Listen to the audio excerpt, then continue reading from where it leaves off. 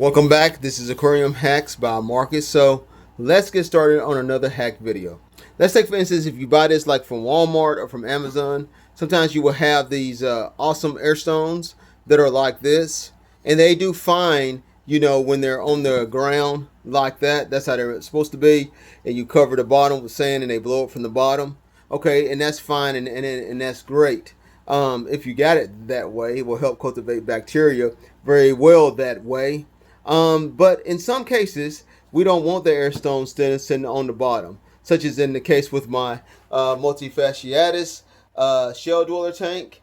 You don't want the air stone on the bottom. And so sometimes you want the air stone to be sticking to the side of the glass.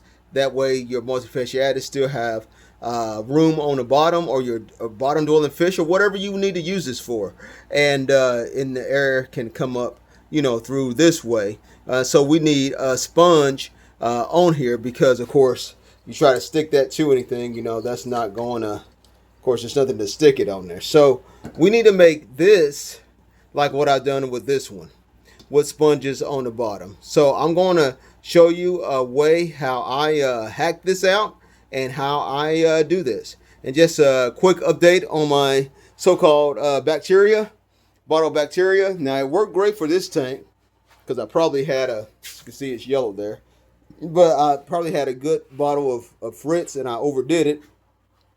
This one I overdid it with the whole bottle of Fritz 2 that was supposed to be up to 80 gallons. This is about 40-gallon breeder. So, of course, it's got less than 40 gallons in it. And of course, it did not work so far. I just want to give you guys an update. I've been using Seachem Stability every day and has not really done nothing too much either. Fish seem to be okay. Everything seems to be all right. And I'm starting to wonder if it's ammonium more than ammonia. But anyway, we'll get into that testing later. But let's get into that hack, and let's get into this today. So here I am. I've got the demonstration table set here. And usually, folks, I don't demonstrate exactly everything that I do when I'm doing a project. I'm just doing it this time just to show you exactly how I'm going to do it. So I'm just going to do just one hole. This will probably require 4 holes in order to make. Of course, you're going to need, just let you know really quick, your materials. You're going to need a drill. And you're going to need several different size drill bits and different kinds. You might even need something like this, and you're also going to need some sandpaper. And I'll show you what I'm going to do with that sandpaper. So let's get started, and I'll show you how I'm going to start doing this here in the next clip. Okay, so let's get started. Also, you're going to need just the suction cups, whatever kind you desire. Just make sure you get one with a knob on the end of it so that it can slip in there. So let's get started. Now, when you do this, make sure that you always start off with your small, not the smallest drill bit, but you always start off with some smaller than your actual hole that you're going to drill. Because I'm going to go up, to this size. I'm going to start out this size, go up to this size, and eventually, I'm going to probably just kind of, hand do it, even with this Phillips head. Right here, because like I said, the hole has to be quite large. So let me show you what I'm going to do. Like I said, I'm just going to demonstrate one time. Make sure. Okay, so start off the small drill bit first. That's good enough. Okay, small drill bit. Take that one out. Let's try to go up to a bigger one right away. Sometimes you have to go to the next drill bit up, but I'm going to just try to not make this video too long, so I'm going to try to go up to the next drill bit. And if you're not familiar with knowing how to use a drill, please get someone to help you to to show you how to use a drill. But especially if you're kids, or even if you're an adult and you're not familiar with this, just get someone to show you how to do this. Okay, so then your next hole. See, a lot of times they don't want to move because it's a little bit bigger. So what you have to do sometimes is just kind of, hand do it all the way through. Like I said, I'm not going the next drill bit up. If I went to the next drill bit up, I wouldn't have to, of course, go through this. But going through that, just kind of going through that just like that. there she go. Then I can just take it out. Okay. So as we can see here, that's what that hole is looking like now. Okay. So we need to get it a little bit bigger. Let's wider out there a little bit more. So we're going to use this type of drill bit with a bit of a hammer head, you can say, on it, or a cun head on it. It'll make the hole a little bit bigger. Let's try it now with this.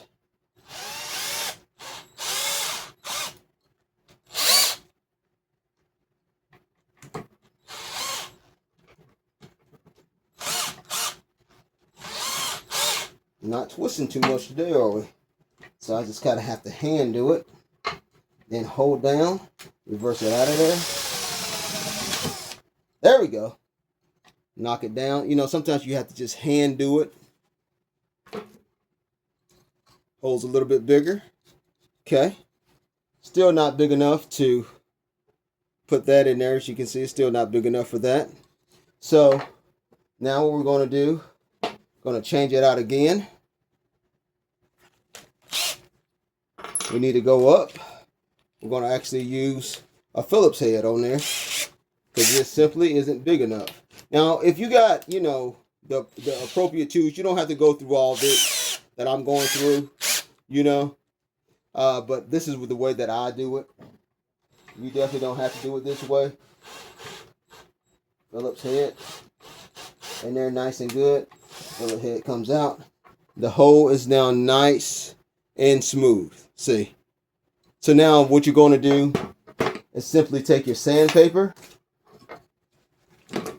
Make sure your drill don't fall. That's valuable. Just going to sand that off a little bit. Sand it off here. Then take your sandpaper and try to get it under here too. Just want that. You just want a smooth surface, just like that. I probably should have got me some 80 grit or something. That would have been better than this smoother one, but this is all I had down here. So anyway, it's still doing its job. You need to do what it's going to do. Okay.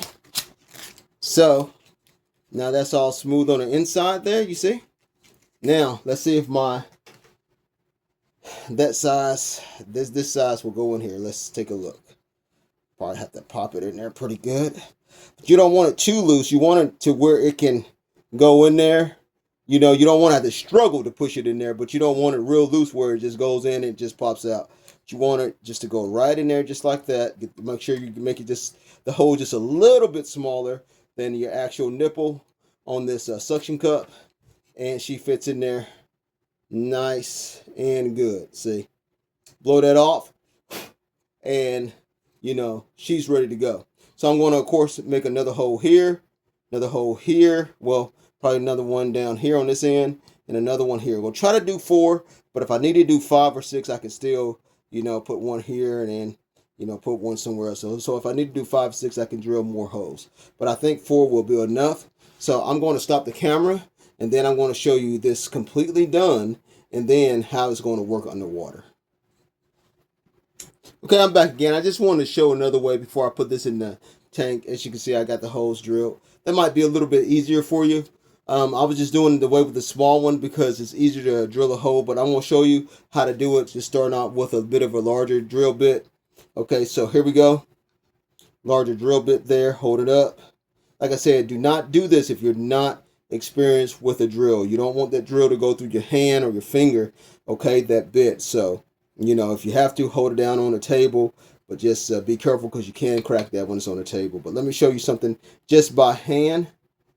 Usually I don't do it by hand. Usually I would do it on the table actually, but see, gotta go a little slow. See, but that stops it. It always stops right there. At least my drill does. Probably need to hammer it down. But when it stops there, I just twist it in, take it out. Okay. Then you got that hole there. You skip the other process that I was doing, and you just take your Phillips head, because what that Phillips head is going to do is smooth that hole out for you. Okay.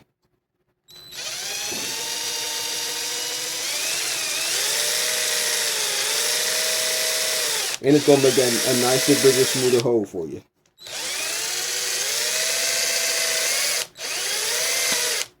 See? So the Phillips head and make that nice smooth hole for you. So that's the one that was done with the drill, and this is with the Phillips head afterwards. So I just wanted to demonstrate that as well. Okay, so let me stop the video and I'll show you guys how this is all going to come together. So here it is, all done. As you can see there's all 4 of them done, washed off, ready to go. Now this one's about 15 or 16 inches long, so it's pretty long, about 15 inches long. So it's going to require a double pump air pump or just a powerful pump. You know, just your average double pump should be able to pump it through and through. You know, after time, you know, over time, as this right here soaks. You know, but now you have something that's really functional, something that will stick to the side if you need it on the side, or something that will sit on the bottom if you need it to stick on the bottom of the glass. So it's going to be very, very, very handy. So I would suggest that you get, you know, you can use a battery power pump like this one right here. You know, you can use a battery powered one. They're just not, I don't care what kind of brand. Well, unless you get a really, really, really good quality one. But if you just get a regular battery powered pump, they're just not as powerful as your standard plug-in pump. They're great for emergencies, but like I said, they're just not powerful enough. So I'm going to use a regular standard pump and try to get this thing here pumped out. So let's take a look at it and see how it works. So here it is inside of the aquarium. So as you can see here, it makes a nice little bubble wall, you know, stuck on the side of the glass. Now we can use it on the side of our glass instead of just down here at the bottom, which both ways are very beneficial.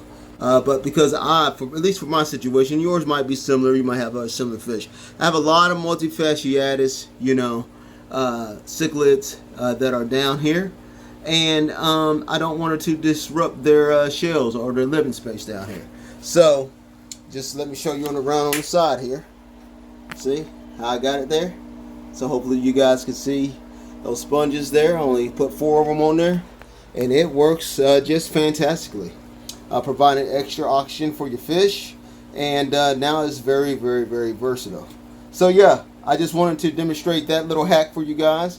But like I said, when I do hacks and I show you almost all my steps, these videos become quite a bit more lengthy. And so that's why I try to cut, take, and stuff like that. But yeah, that's how you would do a piece like that. So buy them with that base bottom like that. Buy you some suction cups, or you already have suction cups, and you don't have to worry about buying another kind of air stone. You don't have to worry about buying an air stone that you stick to the glass or anything. You can make your own and save yourself some money and have a lot of fun and doing it at the same time. But anyway, this is Aquarium Hacks by Marcus. Hey guys, keep on hacking.